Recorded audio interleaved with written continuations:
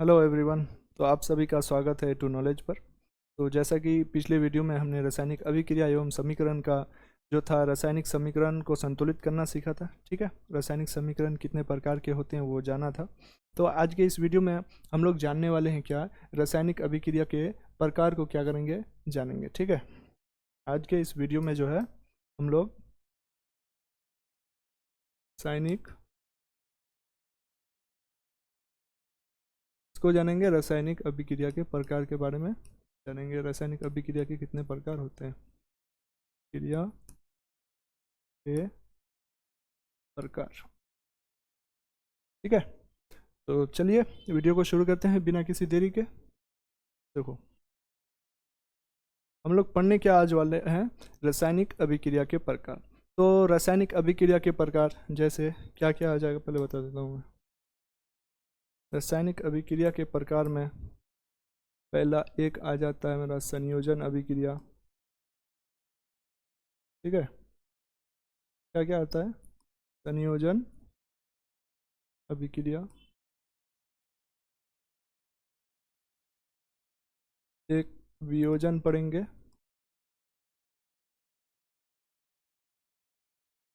विस्थापन,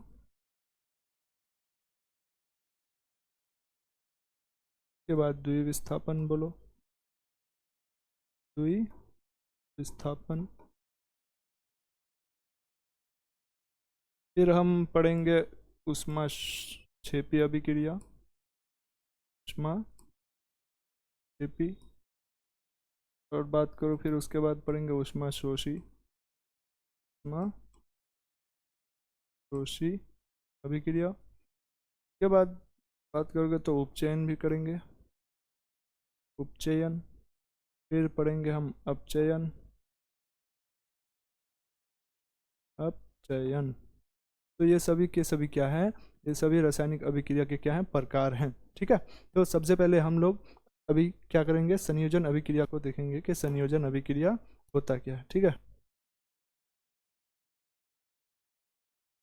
इससे पहले हम लोग देखने वाले हैं किसको, संयोजन अभिक्रिया को।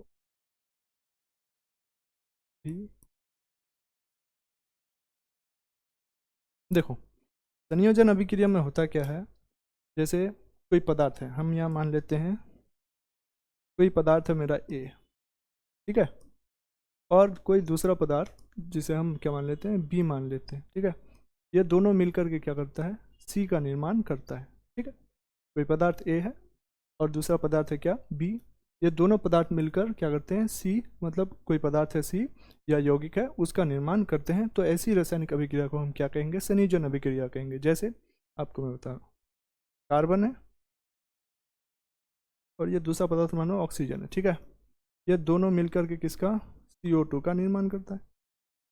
ठीक है, तो दो पदार्थ मिलकर किसका, एक नए पदार्थ का निर्माण करता है।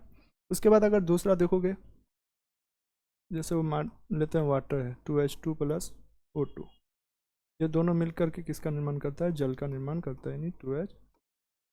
ठीक है, तो संयोजन अभिक्रिया का अगर आपको डेफिनेशन लिखना हो तो इसको हम किस तरीके से बोल सकते हैं, आप बोल सकते हैं कि वैसी रासायनिक अभिक्रिया क्या होगा, इधर लिख लेते हैं, वैसी, ज़्यादा मोटा हो रहा है क्या,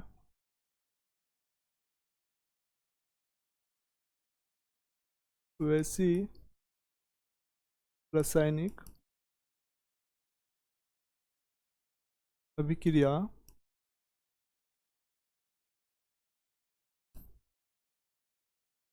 जिसमें दो या उससे अधिक पदार्थ से अधिक पदार्थ परस्पर अभिक्रिया कर क्रिया कर एक नए पदार्थ का क्या करता है, निर्माण करता है, एक नए पदार्थ का निर्माण करता है। ठीक है, जैसे कि मैंने यहाँ एग्जांपल आपको दे दिया है। एक ये है, कार्बन ऑक्सीजन के साथ अभिक्रिया करता है तो किसका, CO2 का निर्माण करता है। दूसरा, जब हाइड्रोजन ऑक्सीजन के साथ अभिक्रिया तो जल का निर्माण करता है। ठीक है, संयोजन अभिक्रिया आपको समझ में आ गया कि वैसी रासायनिक अभिक्रिया जिसमें दो पदार्थ, जैसे A और B को हम माने ये दो पदार्थ है, ये दोनों मिलकर एक पदार्थ क्या है, C है, इसका निर्माण किया, तो ऐसी रासायनिक अभिक्रिया को हम क्या कहेंगे, संयोजन रासायनिक अभिक्रिया का नाम देते हैं। ठीक है, संयोजन अभिक्रिया आपको क्लियर हो गया, यहाँ डेफिनेशन भी आपको लिख दिया है। ठीक है, अच्छे से लिख लेना आप लोग। चलिए अगला बात करते हैं, संयोजन तो हो गया, अगला देखते हैं वियोजन अभिक्रिया। वियोजन अभिक्रिया,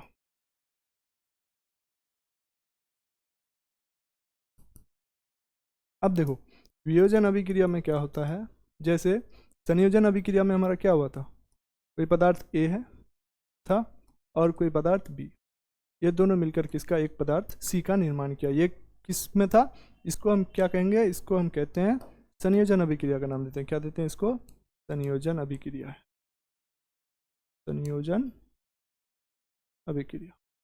ठीक है,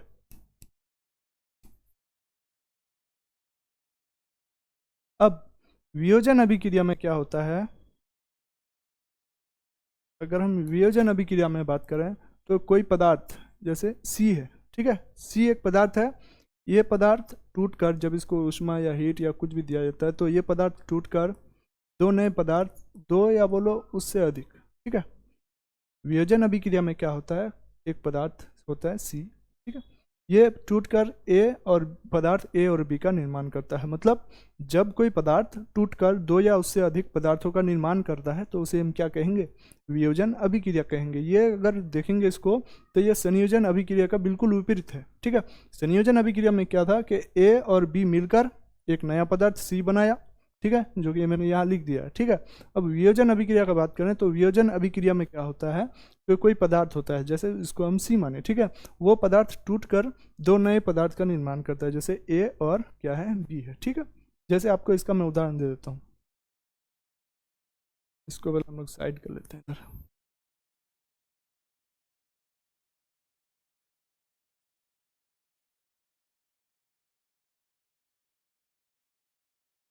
जैसे इसका एग्जाम्पल है कैल्शियम कार्बोनेट CaCO3, ठीक है, कैल्शियम कार्बोनेट टूटकर CaO यानी जिसको हम कैल्शियम ऑक्साइड यानी कली चूना कहते हैं और CO2 का क्या करता है, निर्माण करता है। ठीक है, तो वियोजन अभिक्रिया में क्या होता है कि एक पदार्थ टूटकर दो या उससे अधिक नए पदार्थ का क्या करता है, निर्माण करता है। ठीक है, इसका आप परिभाषा लिख दीजिए, मैं यहाँ लिख लेता हूँ, इसको मिटा देते हैं। ठीक है, वे अभिक्रिया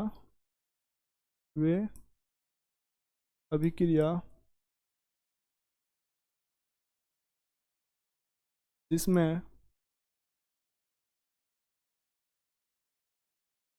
कोई पदार्थ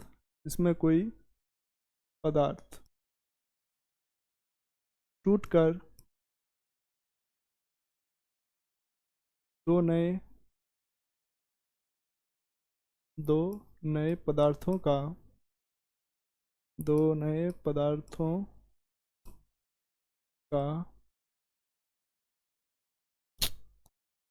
पदार्थों का निर्माण करता है। ठीक है, वियोजन अभिक्रिया समझ में आ गया। संयोजन अभिक्रिया में क्या हुआ था कि दो पदार्थ जैसे A और B हम माने, या कार्बन और ऑक्सीजन जैसे दो पदार्थ है, वो दो पदार्थ मिलकर एक नया पदार्थ बनाया। ठीक है, जैसे कि यहाँ कार्बन और ऑक्सीजन मिलकर कार्बन डाइऑक्साइड का निर्माण किया। हाइड्रोजन और ऑक्सीजन मिलकर किसका, जल का निर्माण किया, यानी H2O का निर्माण किया। तो उस संयोजन अभिक्रिया में क्या होता है कि दो पदार्थ मिलकर एक नया पदार्थ बनाता है, ठीक है। और वियोजन अभिक्रिया की बात करें, किसका, वियोजन अभिक्रिया, तो एक पदार्थ क्या होता है, टूटकर दो नए क्या करता है, पदार्थों का निर्माण करता है। जैसे मैंने यहाँ आपको ये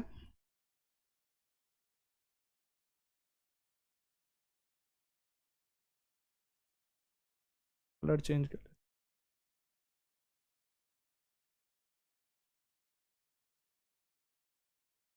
जैसा कि आपको यहाँ पे मैंने इसका एग्जांपल दे दिया, किसका, कैल्शियम कार्बोनेट, वो टूटता है, उसको जब हीट दिया जाता है, उसमें दिया जाता है, तो कैल्शियम ऑक्साइड और किसका, कार्बन डाइऑक्साइड का निर्माण करता है, ठीक है। वियोजन अभिक्रिया समझ में आ गया। चलिए आगे चलते हैं। आगे बात करें वियोजन अभिक्रिया के प्रकार, जैसे वियोजन जब एक होता है विद्युत वियोजन, एक होता है प्रकाश वियोजन, ठीक है। तो वैसे ही यहाँ पे लिखा हुआ है कि विद्युत वियोजन क्या होता है कि जब वियोजन अभिक्रिया विद्युत धारा के द्वारा कराई जाती है, ठीक है। वियोजन अभिक्रिया आपको समझ में आ गया कि एक पदार्थ टूटकर दो नए पदार्थों का निर्माण करता है, ठीक है। नॉर्मली इसको ऐसे ही याद रखिएगा, ठीक। तो विद्युत वियोजन क्या होता है कि जब कोई पदार्थ, जब वियोजन की अभिक्रिया इसके द्वारा विद्युत धारा द्वारा कराई जाती है, तो उसे ऐसे हम क्या कहते हैं, विद्युत वियोजन का नाम देते हैं, ठीक है। जैसे कि यहाँ पे मेरा लिखा हुआ है, देखिए क्या है, 2NaCl है, सोडियम क्लोराइड का 2 मोल है। जब उसको हम क्या देते हैं, विद्युत धारा, जब उसको इलेक्ट्रिसिटी उसको ये करते हैं, प्रवाहित करते हैं, तो क्या बनता है, सोडियम 2Na प्लस Cl2 का निर्माण होता है, ठीक है।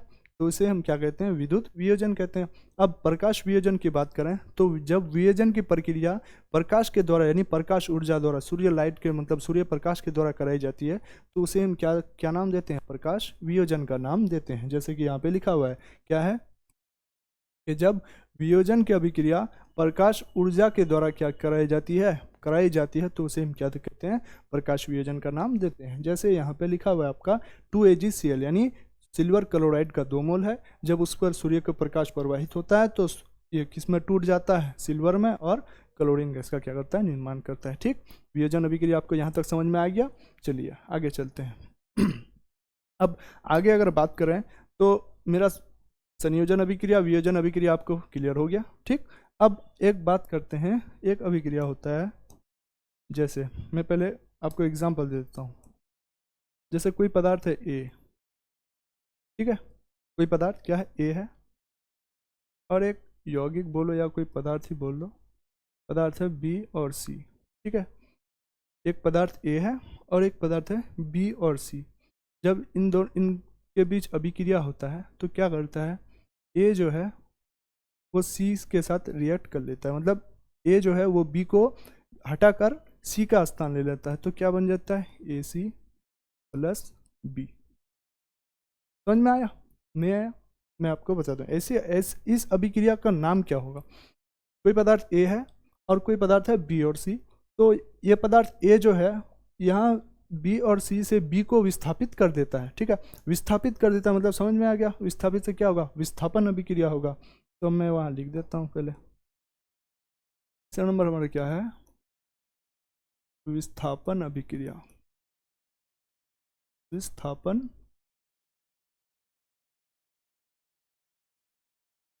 अभिक्रिया। अब विस्थापन अभिक्रिया क्या होता है, तो वैसी अभिक्रिया जिसमें कोई तत्व बोलो या पदार्थ बोलो, ठीक है, जिसमें कोई तत्व दूसरे तत्व को उसके स्थान से विस्थापित कर खुद उसका मतलब जो उसके जगह से विस्थापित कर देता है और खुद उसका क्या कर लेता है, जगह ले लेता है। जैसे यहाँ मैं आपको एग्जांपल दे रहा हूँ, जैसे कोई पदार्थ है जिंक, जैसे जिंक है, जब इसकी अभिक्रिया सल्फ्यूरिक अम्ल H2SO4 के साथ कराई जाती है, ठीक है, क्या है, जब जिंक की अभिक्रिया H2SO4 के साथ अभिक्रिया कराई जाती है, तो यह क्या करता है, जिंक Zn SO4 के साथ रिएक्ट कर लेता है और H2SO4 को क्या करता है, रिमूव कर देता है, वहाँ से विस्थापित कर देता है। तो जिंक क्या क्या निर्माण करता है, Zn SO4 प्लस H2, ठीक है, बात समझ में आ गया। इसको देखो बी अलग जगह हुआ नहीं, विस्थापित हो गया। ए जो है पदार्थ जिसको हम Zn जिसको हम ए माने थे, ये किसको, H2 को विस्थापित कर दिया और क्या किया, H2 का जगह यहाँ ले लिया और किसका निर्माण किया, यहाँ पे आके ZnSO4 यानी जिंक सल्फेट का निर्माण किया और हाइड्रोजन का निर्माण किया। ठीक है, इसे ही हम क्या कहते हैं, विस्थापन अभिक्रिया। विस्थापन अभिक्रिया क्या होता है, डेफिनेशन इधर से लिख देते हैं। वे अभिक्रिया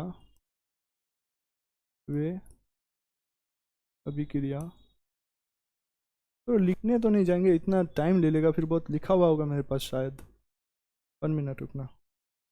हाँ, यहाँ पे देखो, विस्थापन या एकल विस्थापन अभिक्रिया क्या है कि वैसी अभिक्रिया जिसमें कोई तत्व दूसरे तत्व को, यहाँ देखो, यहाँ डायरेक्ट आप यहाँ से रुके, वैसी अभिक्रिया जिसमें कोई तत्व दूसरे तत्व को, जैसा हाइड्रोजन है, ठीक है, विस्थापित कर खुद उसका क्या कर लेता है, स्थान ले लेता है। यहाँ देखो ZnSO4, इसको जब कोई तत्व दूसरे तत्व को विस्थापित कर खुद उसका क्या कर लेता है, स्थान ले लेता है, तो ऐसी रासायनिक अभिक्रिया को हम क्या नाम देते हैं, विस्थापन अभिक्रिया कहते हैं या एकल विस्थापन अभिक्रिया कहते हैं। आपका एग्जाम बोर्ड में क्वेश्चन है कि विस्थापन अभिक्रिया क्या होता है, 2 उदाहरण दें, तो आप इस तरीके से बिल्कुल आसानी से लिख सकते हैं। ठीक है, और ये आपके बोर्ड एग्जाम में पूछे भी जाते हैं क्वेश्चन, रासायनिक अभिक्रिया संयोजन अभिक्रिया क्या होते हैं, उदाहरण के साथ लिखें। ठीक है, तो विस्थापन या एकल विस्थापन अभिक्रिया क्या होता है कि वैसी अभिक्रिया जिसमें कोई तत्व है, ठीक है, जैसे यहाँ देखो ये आयरन है, ठीक है, जब आयरन की अभिक्रिया कॉपर सल्फेट के साथ कराई जाती है, ठीक है, किसके साथ, कॉपर सल्फेट के साथ, तो ये कॉपर सल्फेट को क्या कर देता है, विस्थापित कर देता है और क्या बना लेता है, ये जो है आयरन FeSO4 का निर्माण कर देता है, यानी आयरन सल्फेट का निर्माण करता है। ठीक है, बात आपको समझ में आ गया कि कोई तत्व दूसरे तत्व को उसके यौगिक के विलयन से क्या कर देता है, विस्थापित कर देता है और एक नए पदार्थ का क्या करता है, विस्थापित कर खुद उसका स्थान ले लेता है, तो उसे हम क्या कहेंगे, एक विस्थापन या एकल विस्थापन अभिक्रिया कहेंगे। ठीक है, ये आपको विस्थापन अभिक्रिया समझ में आ गया। चलिए आगे चलते हैं। आगे अगर बात करें तो ऊष्मा के आधार पर ना, ऊष्मा जैसे मैं आपको समझा रहा हूँ, इधर एक खाली स्लाइड ले लेता हूँ मैं।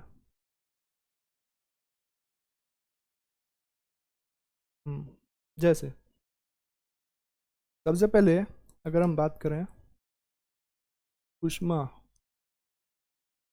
ऊष्मा के आधार पर अगर हम बात करें ना, तो रासायनिक अभिक्रिया ऐसे 2 तरह के इसको लिखेंगे। ठीक है, एक होता है ऊष्माक्षेपी अभिक्रिया, ऊष्माक्षेपी, और एक होता है क्या, ऊष्माशोषी, ऊष्माशोषी। ठीक है, अब देखो, अब ये ऊष्माक्षेपी क्या होता है, ऊष्माशोषी क्या होता है, मैं आपको यहाँ पे बता रहा हूँ। जैसे हम खाना पकाते हैं कुकर में, कुकर आप लोगों ने देखा होगा, माने ये कुकर है, ठीक है, क्या है ये, कुकर है, और इस पर जो है हम लोग इधर दे रहे हैं इसको ऊष्मा, यानी आग।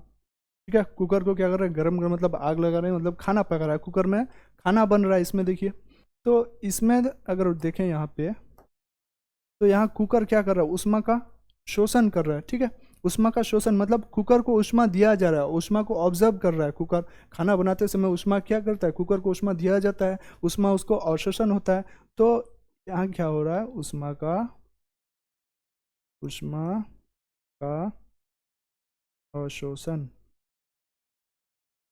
ठीक है, क्या हो रहा है, यहाँ पे ऊष्मा का अवशोषण होता है। और इस अभिक्रिया को हम क्या कहेंगे अब, कि वैसी रासायनिक अभिक्रिया जिसमें क्या होता है, ऊष्मा का अवशोषण होता है, तो इसी को ही तो हम क्या कहते हैं, ऊष्माशोषी रासायनिक अभिक्रिया।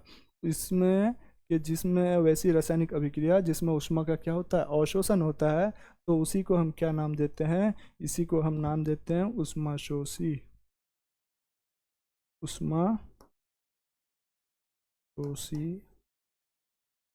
ठीक है, बात समझ में आ गया क्या, ऊष्माशोषी क्या होता है कि वैसी रासायनिक अभिक्रिया जिसमें ऊष्मा का क्या होता है, अवशोषण होता है। मतलब खाना बनाते समय जब कुकर को क्या किया जाता है, ऊष्मा दिया जाता है, उसको हीट दिया जाता है, वो क्या करता है, कुकर हीट का अवशोषण करता है, ऊष्मा का अवशोषण करता है। अब जब हम इस ढक्कन को क्या करें, खोल दें, जब इस ढक्कन को खोल दें तो इसमें क्या होगा, ऊष्मा बाहर निकलेगा।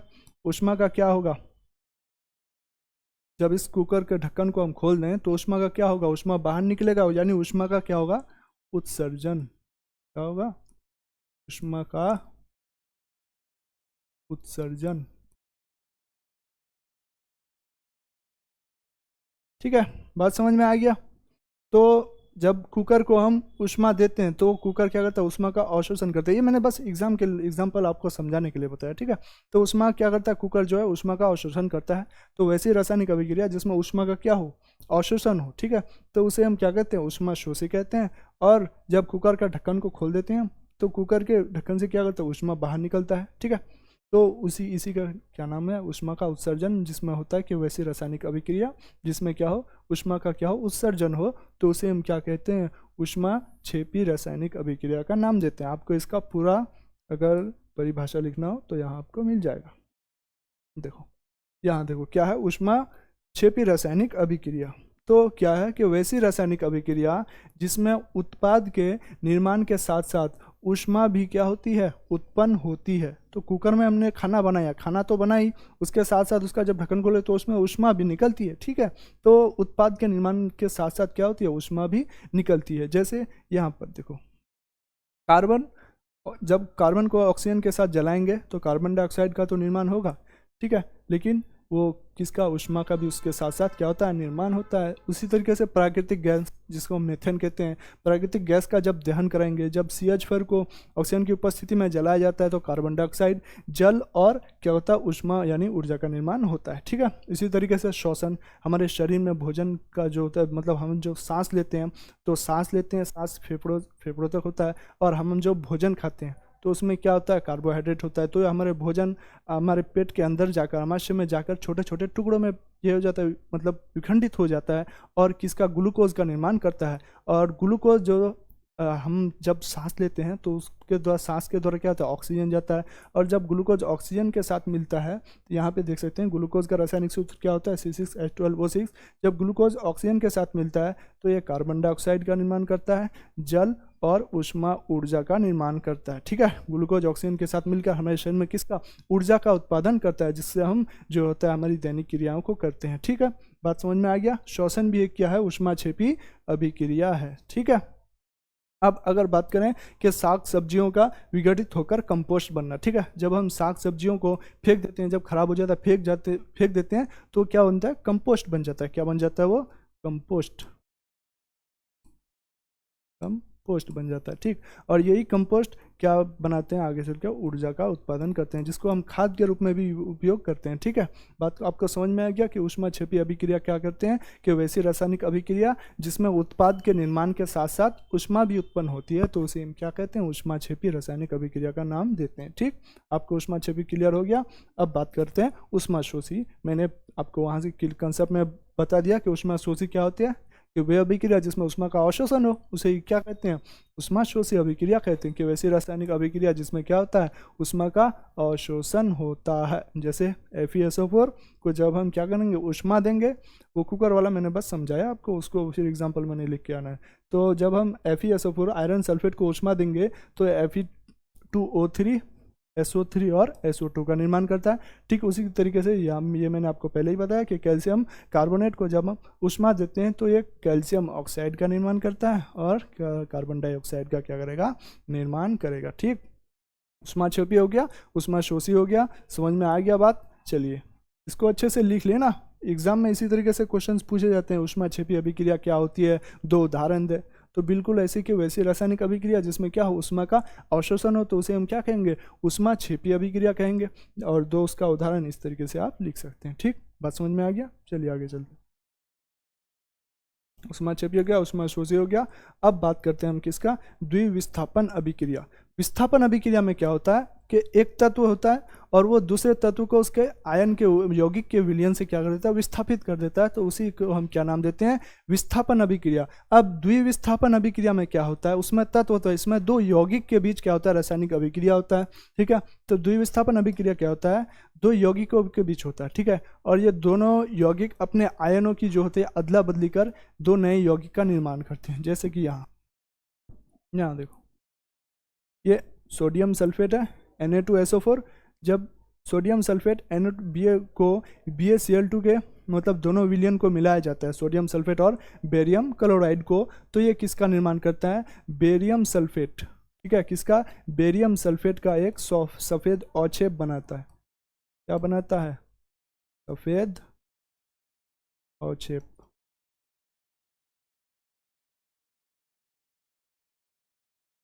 अब ये अवक्षेप क्या होता है, तो जब भी कोई रासायनिक अभिक्रिया में किसी ठोस पदार्थ का निर्माण होता है, ठीक है, रासायनिक, चलिए मैं आपको इसका फिर डेफिनेशन ही लिख देता हूँ, कहीं काम ही आ जाए इसका। अवक्षेप,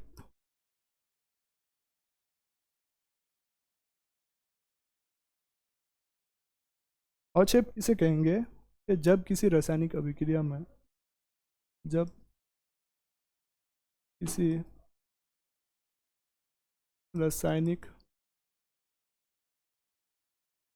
क्या है कि जब किसी रासायनिक अभिक्रिया में, अभिक्रिया के फलस्वरूप, फलस्वरूप है ना, रासायनिक अभिक्रिया के बाद फलस्वरूप किसी ठोस पदार्थ का निर्माण होता है, किसी ठोस पदार्थ का निर्माण होता है, किसी ठोस पदार्थ का निर्माण होता है, तो इसे हम क्या कहेंगे, अवक्षेप कहेंगे, ठीक है। अवक्षेप बात आपको समझ में आ गया कि जब कोई रासायनिक अभिक्रिया होता है और रासायनिक अभिक्रिया होने के फलस्वरूप क्या होता है, एक नया ठोस पदार्थ का निर्माण होता है, तो इसी को हम क्या कहेंगे, अवक्षेप कहेंगे, ठीक है। तो यही यहाँ द्विविस्थापन अभिक्रिया में यहाँ बताया गया है कि जब दो यौगिकों के बीच, ठीक है, अभिक्रिया होता है और ये दोनों क्या करते हैं, ये दोनों यौगिक अपने आयनों की अदला बदली कर दो नए यौगिक का क्या करता है, निर्माण करता है, तो इसी को हम क्या कहेंगे, द्विविस्थापन अभिक्रिया। जैसे कि यहाँ पे आपका दिखाया गया कि सोडियम सल्फेट है, और सोडियम सल्फेट को जब बेरियम क्लोराइड के विलियन में हम मिलाते हैं तो क्या बनता है, बेरियम सल्फेट का एक क्या हमें प्राप्त होता है, बेरियम सल्फेट का एक सफ़ेद अवक्षेप प्राप्त होता है, सफ़ेद अवक्षेप, ठीक है। सफ़ेद अवक्षेप, अवक्षेप का मतलब आपको समझ में आया ना, कि जब किसी रासायनिक अभिक्रिया में ठोस पदार्थ का निर्माण अभी होता है, रासायनिक अभिक्रिया के फलस्वरूप जब किसी ठोस पदार्थ का निर्माण होता है तो उसे हम क्या कहेंगे, अवक्षेप कहेंगे। इसमें क्या है, बेरियम सल्फेट, और बेरियम, और जब किसी अवक्षेप का निर्माण हो ना तो उसका तीर ऐसे नीचे रहता है, ऐसे साथ में, ठीक है, और किसका, सोडियम क्लोराइड का निर्माण होता है, ठीक है। आपको द्विविस्थापन अभिक्रिया यहाँ से क्लियर हो गया।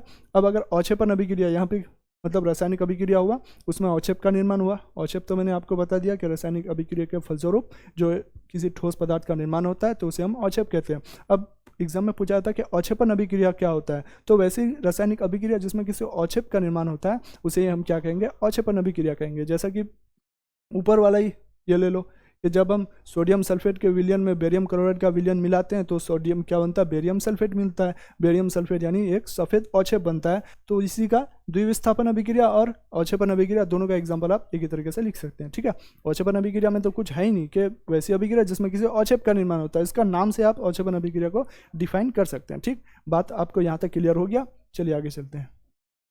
आगे क्या होगा, उपचयन और ऑक्सीकरण अभिक्रिया। तो टाइम कितना हो गया, मैं ड्यूरेशन 28 मिनट हो रहा है। तो अब क्या है, उपचयन या ऑक्सीकरण अभिक्रिया क्या होता है। देखो, उपचयन अभिक्रिया में होता है कि जब किसी पदार्थ में, यहाँ देखो,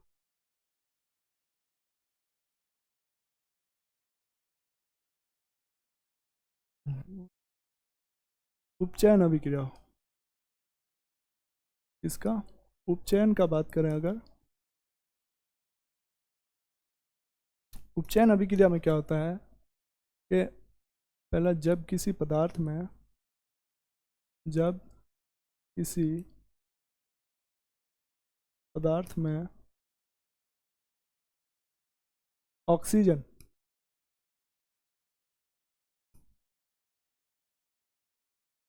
जब किसी पदार्थ में ऑक्सीजन का योग तथा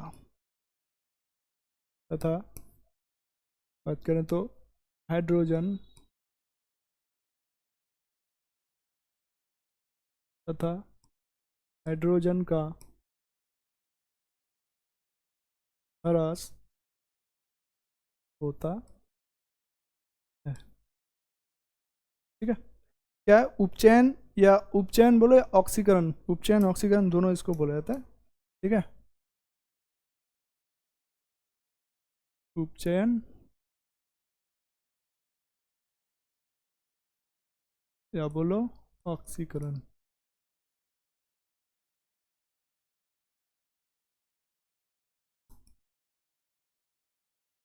ठीक है। उपचयन या ऑक्सीकरण अभिक्रिया क्या होता है कि जब किसी पदार्थ में ऑक्सीजन का क्या होता है, योग होता है तथा हाइड्रोजन का ह्रास होता है। बात समझ में आया? नहीं आया? मैं आपको बता रहा हूँ। जैसे यहाँ पे एग्जाम्पल्स मेरा यहाँ पे दिया होगा, जैसे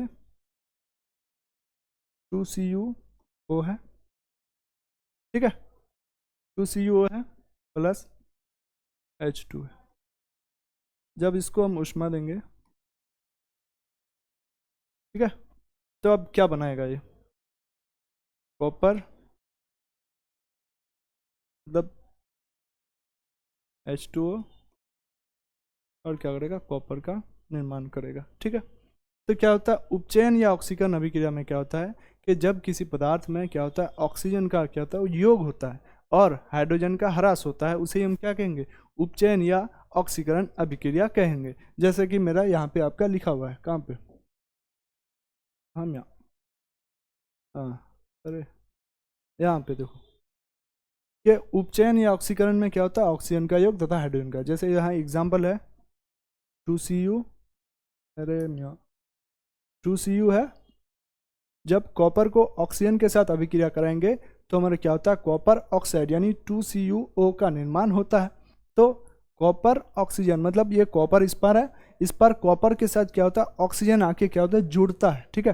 तो ऑक्सीजन आके जुड़ना मतलब किसी पदार्थ में ऑक्सीजन का जुड़ना क्या कहलाता है, उपचयन अभिक्रिया कहलाता है। अब यहाँ देखो मैग्नीशियम है, मैग्नीशियम के साथ क्या होता है ऑक्सीजन आके क्या हो रहा है जुड़ रहा है, इस पर देखो 2MgO, मैग्नीशियम ऑक्सीजन के साथ, मैग्नीशियम को जब ऑक्सीजन की उपस्थिति में जलाया जाता है तो MgO का निर्माण होता है, ठीक है।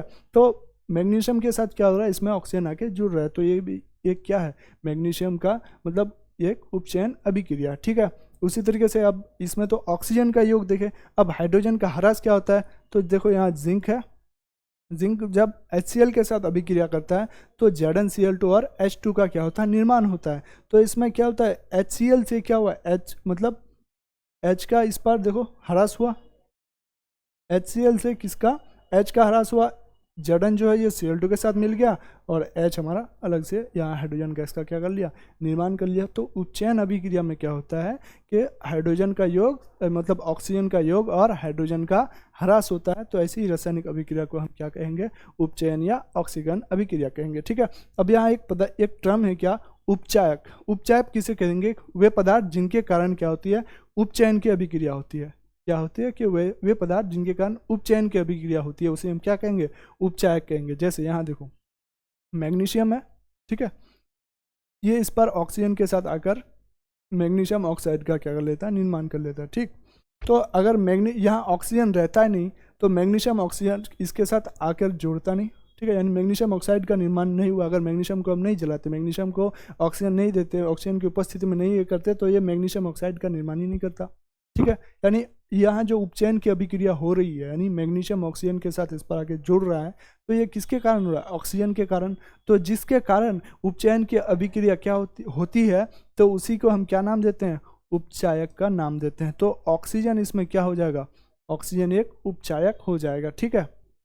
बात आपको समझ में आ गया, ऑक्सीजन क्या हो जाता है उपचायक। और यहाँ तो ये देख लिया, अगर बात करें अपचयन अभिक्रिया की तो अपचयन अभिक्रिया क्या होता है, उसमें उपचयन में होता है ऑक्सीजन का योग, इसमें अपचयन में होता है हाइड्रोजन का क्या योग, ठीक है। तो वैसी रासायनिक अभिक्रिया जिसमें हाइड्रोजन का योग तथा ऑक्सीजन का क्या होता है ह्रास होता है तो इसे हम क्या कहते हैं, अपचयन या अवकरण अभिक्रिया कहते हैं, ठीक है। जैसे हाइड्रोजन है, हाइड्रोजन की अभिक्रिया जब इसके साथ क्लोरीन के साथ कराते हैं तो 2HCl का निर्माण होता है, ठीक है। तो इसमें क्या हो रहा है, Cl के साथ इस पर देखोगे तो Cl के साथ हाइड्रोजन आके जुड़ रहा है यानी HCl का निर्माण हो रहा है, तो इसलिए हम क्या कहेंगे, उपचयन या अवकरण रासायनिक अभिक्रिया का नाम देते हैं, ठीक है। अब यहाँ देखो हाइड्रोजन है, हाइड्रोजन यहाँ क्या है आयोडीन से अभिक्रिया करता है और 2HI का निर्माण करता है। तो इस पर आयोडीन के साथ किया, हाइड्रोजन आके जुड़ रहा है तो इसको हम क्या कहेंगे, अपचयन या अवकरण का क्या देते हैं नाम देते हैं, ठीक है। आपको ये बात यहाँ तक क्लियर हो गया। इसी तरीके से अपचायक होता है, अपचायक मतलब वह पदार्थ जिनके कारण अपचयन की अभिक्रिया होती है। तो इस पर अगर क्लोरीन के साथ हाइड्रोजन आके जुड़ता नहीं तो अपचयन की अभिक्रिया होता कैसे, अपचयन की अभिक्रिया में क्या होता है हाइड्रोजन का योग, तो हाइड्रोजन का योग अगर नहीं होता तो अपचयन की क्रिया भी नहीं होता। तो इसमें क्या हो जाएगा, हाइड्रोजन हमारा अपचायक हो जाएगा। ठीक है, बात समझ में आ गया। अब इसी तरीके से यहाँ H2 और I2 जब अभिक्रिया करता है 2Hi का निर्माण करता है, तो इसमें भी क्या हाइड्रोजन आके जुड़ रहा है, मतलब हाइड्रोजन के कारण ही क्या अपचयन की अभिक्रिया हो रही है। तो यहाँ H2 हमारे क्या हो जाएगा, अपचायक हो जाएगा। ठीक, तो उपचायक का बात हो जिसमें उपचयन वैसी मतलब वे पदार्थ जिनके कारण उपचयन की अभिक्रिया होती है तो उसे हम उपचायक कहते हैं। और उपचायक में क्या होता है, ऑक्सीजन का योग, तो उपचायक कौन होगा, ऑक्सीजन हो जाएगा। ठीक है, और अपचायक का बात हो तो हाइड्रोजन हमारा क्या होता है, अपचायक होता है। ठीक है, तो आज का वीडियो यहीं तक हम रखते हैं। अगले वीडियो में हम बात करेंगे विकित गंधिता को पढ़ेंगे, संक्षारण को पढ़ेंगे। ठीक है, बाकी जितने भी सारे इंपॉर्टेंट टॉपिक्स है, उसके बाद जो क्वेश्चंस है इंपॉर्टेंट क्वेश्चन है, सारे के सारे ऑब्जेक्टिव्स को आपको क्वेश्चन प्रैक्टिस कराया जाएगा। और ये अपचयन और उपचयन को बिल्कुल अच्छे से और भी डिटेल से पूरा क्वेश्चन प्रैक्टिस के साथ पढ़ेंगे। ठीक है, तो आज का वीडियो यहीं तक समाप्त करते हैं, मिलते हैं फिर अगले वीडियो में।